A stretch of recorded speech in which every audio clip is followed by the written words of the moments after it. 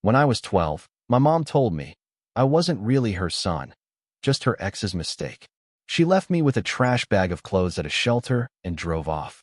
I never looked back until last week, when she showed up at my office, begging for a job. I, 34 was sitting in my office when my secretary told me someone was waiting in the lobby asking specifically for me. I didn't recognize the name at first. When I walked down and saw her face after 22 years, my chest tightened. She looked smaller than I remembered, worn down by time and whatever life had thrown at her. My mother stood there in a worn jacket, fidgeting with her purse, and the moment our eyes met, I watched recognition flood her face. She knew I knew exactly who she was. She tried to smile, but it came out shaky. She explained that she'd been looking for work and someone had mentioned my name, mentioned that I worked here, and she thought maybe I could help her out. The casual tone she used made me want to laugh. She had no idea that I knew it was her. She'd never actually tried to find me before. I'd made sure of that by changing my last name and keeping my profile low until I'd built something for myself. I told her to follow me to my office. The walk felt eternal. I could hear her nervous breathing behind me, the click of her cheap heels on the marble floor. When we got inside, I closed the door and finally looked at her directly. She was searching my face, trying to place me, and then something shifted in her expression. Recognition crashed into her like a wave. Her name tumbled out of her mouth, and her hand went to her throat. She started stammering, asking if it was really me, but I cut her off by sitting behind my desk. I gestured for her to sit, and she did, perched on the edge of the chair like she might need to run at any moment. I asked her what she wanted. She started talking about needing a job, about falling on hard times, about her medical bills and rent, but I wasn't really listening. I was thinking about being 12 years old. I was thinking about the day she'd packed my clothes into a black trash bag, actually a trash bag, not even a suitcase or a duffel, and driven me to a shelter on the other side of town. I was thinking about what she'd said to me before she left. The words had burned themselves into my memory with the precision of a brand.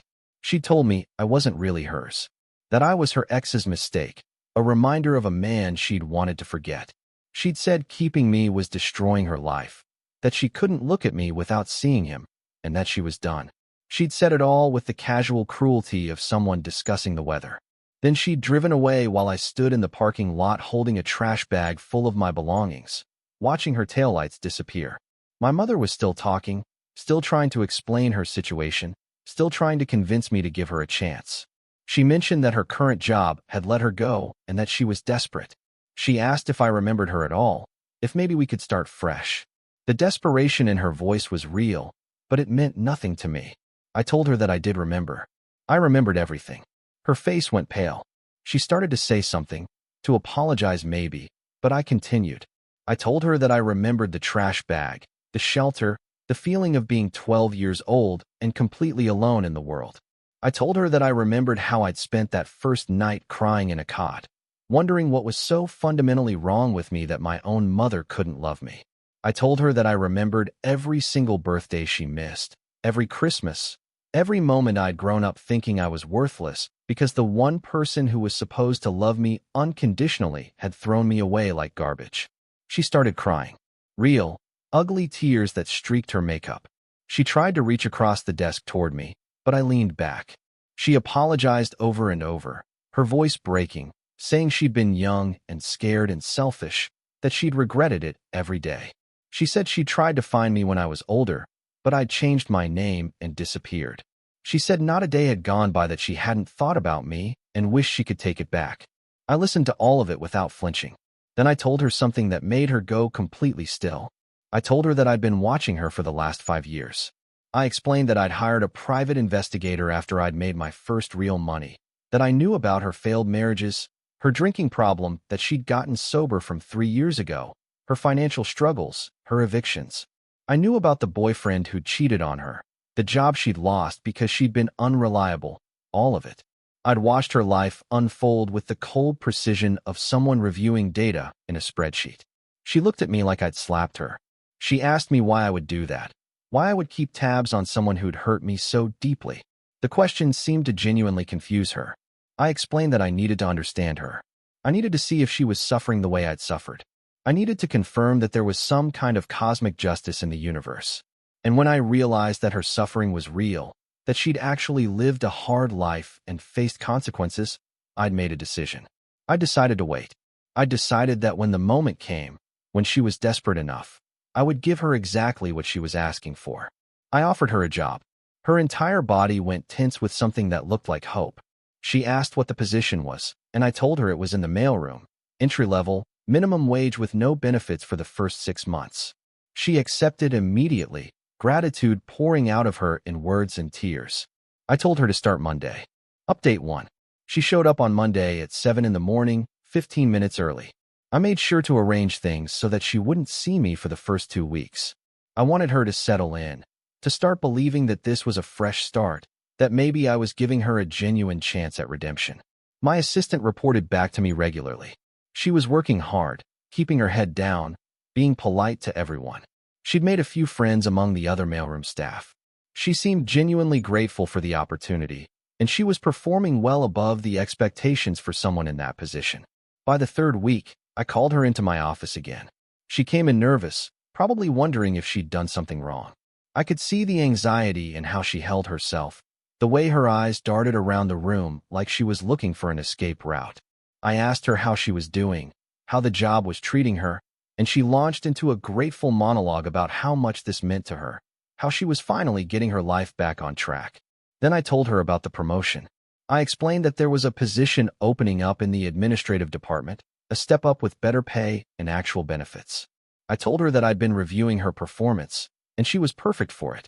She started crying again, asking if I was serious, thanking me repeatedly. I watched her closely as I delivered the news. This was part of the plan, you see.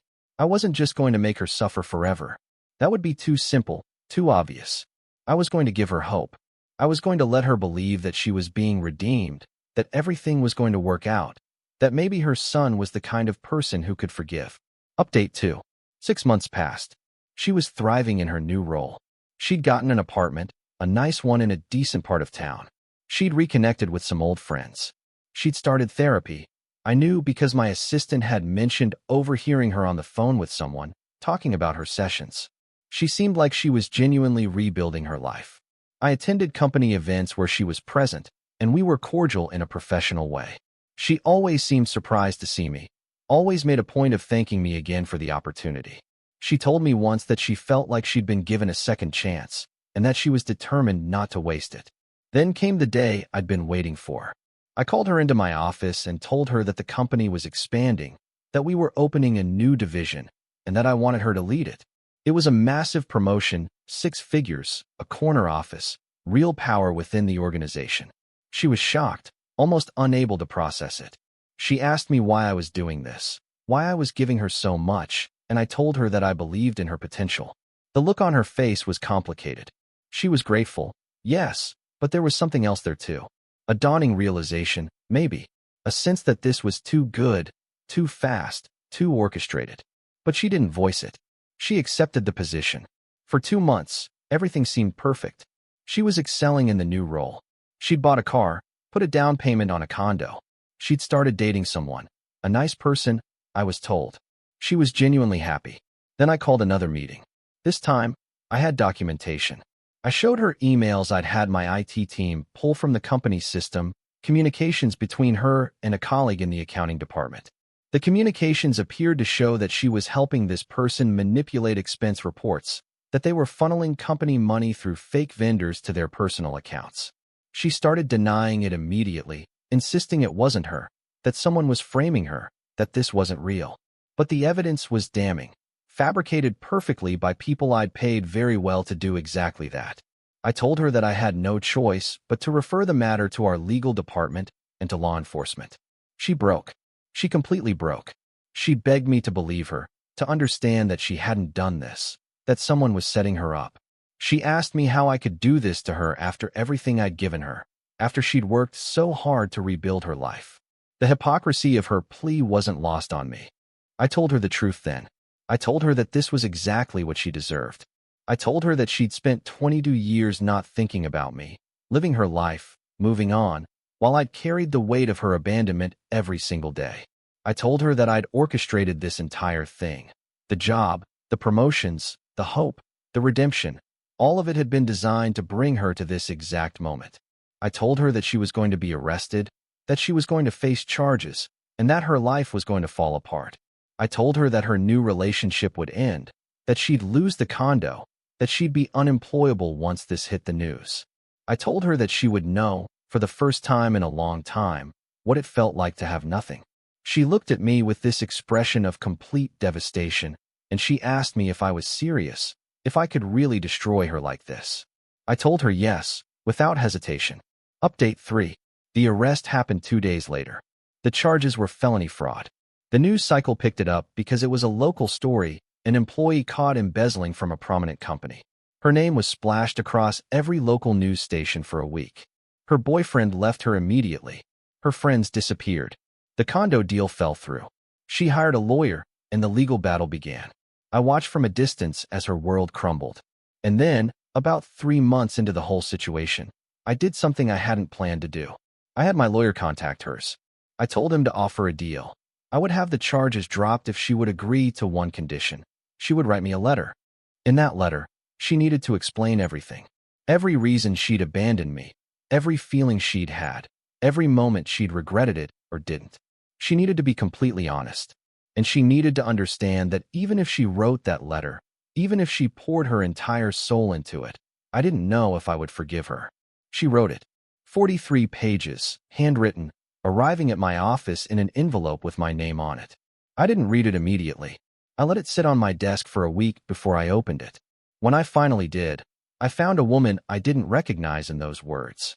I found someone who'd been broken and young and terrified when she had me, who'd made catastrophic decisions out of fear and immaturity, who'd spent decades carrying the weight of those decisions.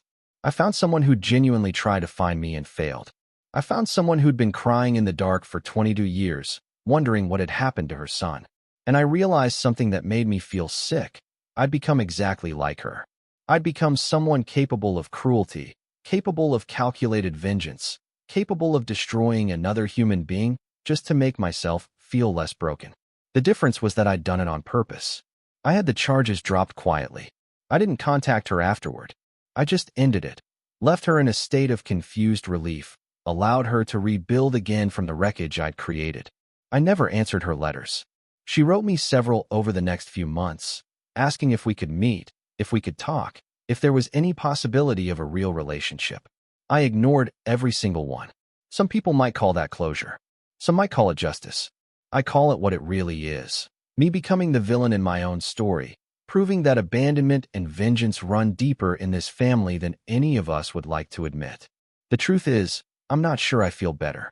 I'm not sure destroying her changed anything about what she did to me all those years ago. I'm not sure that becoming cruel somehow makes you less of a victim. What I do know is that she's alive. She's suffering in a different way now, and I'm the one who decided she deserved it.